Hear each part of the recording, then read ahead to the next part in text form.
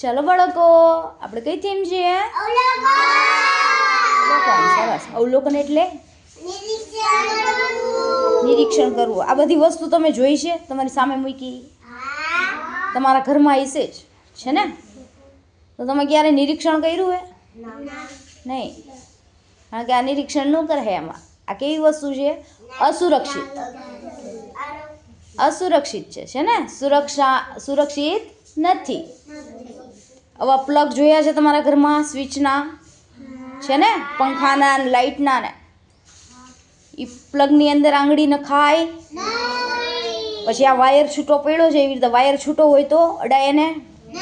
Road રસ્તા ઉપર કે થાંભલાના વાયર હોય, ક્યાંય બહાર રખડતા હોય, ઘરમાં રખડતો હોય વાયર, તો અડાય ને? નહીં. કદાચ એના છેડા દીધેલો હોય તો એમાં શું થાય?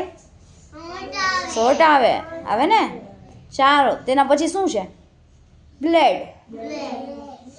પપ્પા ઘરે શેવિંગ કરતા હોય તો બ્લેડ ઘરમાં રખડતી હોય છે ને, તો અડાય નહીં, કારણ કે એનાથી લાગી જાય, આંગળી કપાઈ જાય, વારે ન લાગે.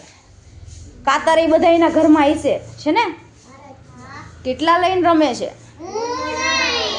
કાગળ કાપતા હોય ને એવું કરતા હોય તો તમે ડાયા. કાતર ડાય નહીં. ચાલો, આ વાટકીની અંદર કેવું પાણી છે? ગરમ. તો મમ્મી સામેથી ગરમ પાણી લઈને આવતા હોય કે ક્યાંય ગરમ પાણી ચૂલા ઉપર થતું હોય, ગેસ ઉપર થતું હોય તો હાથે ન નખાય, ત્યાં રમાય નહીં. રમતા રમતા પડી જાવ તો તમને ખબર ન હોય. ખબર હોય નહીં તો ગરમ પાણીથી ને દૂર રહેવાય. ચાલો, તેના પછી શું છે?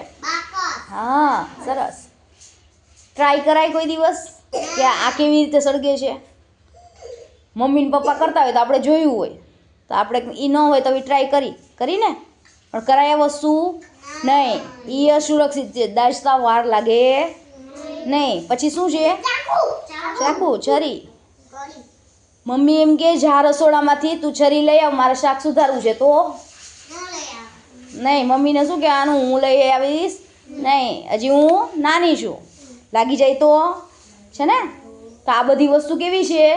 અસુરક્ષિત. ઘરમાં એકલા હોય તો આ વસ્તુથી રમાય નહીં. ઘરમાં કોઈ હોય તોય ન રમાય. આ વસ્તુ અડાય જ નહીં. સમજાણું? સમજાય છે ને? આ વસ્તુ ક્યારેય અડવાની નહીં. ચાલો, સરસ. સમજાણું? મજા આવી?